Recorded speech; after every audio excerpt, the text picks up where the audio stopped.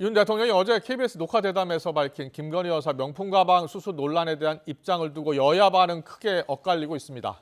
더불어민주당은 사과 없는 뻔뻔한 태도라면서 혹평했지만 국민의힘은 진솔한 생각을 밝혔다고 평가했습니다. 국회 연결해 알아보겠습니다. 이준엽 기자.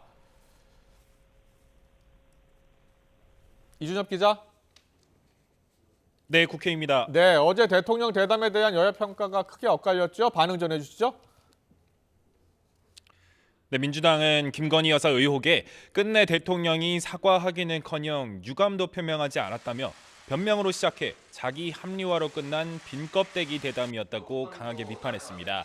특히 뇌물을 받든 사기를 치든 몰카에 걸리면 모두 죄가 아닌 게 되느냐며 대통령의 정치 공작 언급을 두고 다른 행성에서 온 것 같다고 지적했습니다.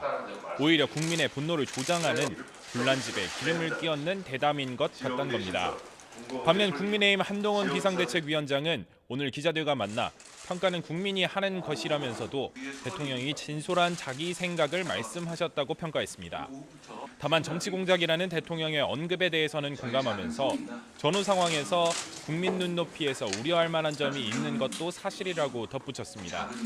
또 대통령이 녹화대담으로 민감한 질문을 피했다는 지적에는 그런 평가는 국민과 언론이 하는 것이고 대통령직의 무게도 있으니 일도양단으로 할 것은 아니라고 답했습니다. 총선 이후 김건희, 김정숙 여사에 대한 특검을 동시에 추진한다면 받아들이겠느냐는 질문에는 총선 전 이 문제를 이야기하는 것 자체가 정략화하고 소용돌이로 몰아가는 의도라고 비판했습니다. 네, 총선 이제 얼마 남지 않았는데요. 총선을 앞두고 있는 정치권의 움직임도 자세히 정리해 주시죠. 네, 앞서 3선의 김태호 의원을 비롯한 중진 3명을 잇따라 낙동강 벨트로 차출한 국민의힘에서는 추가 험지 출마 요구 가능성이 거론되고 있습니다. 김태호가 반드시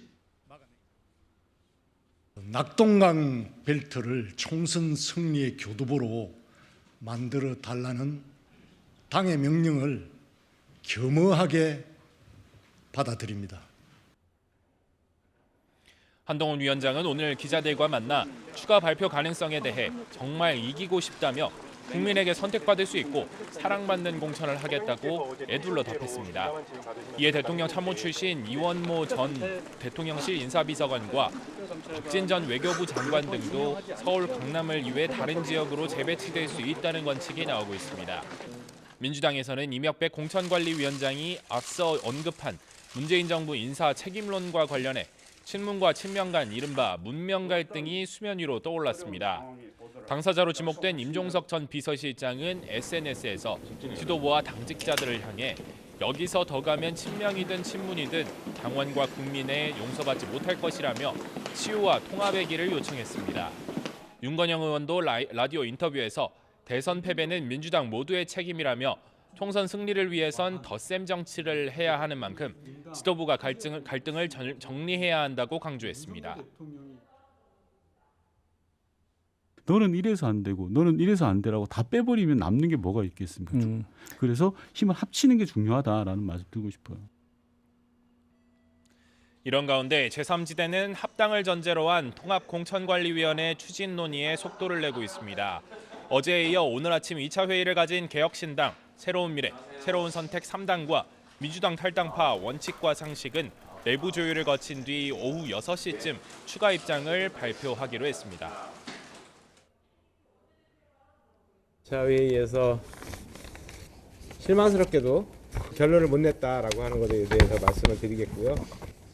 결국에는 이제 통합공관위 구성과 비례대표 선출 원칙 이런 거에 대한 미세한 합의들은 이끌어냈는데요. 통합공관위 구성과 비례대표 선출 원칙 등에 대해 일부 합의는 이루어졌지만 당명과 지도체제 문제와 관련해서 이견이 있었던 것으로 전해졌습니다. 지금까지 국회에서 YTN 이준엽입니다.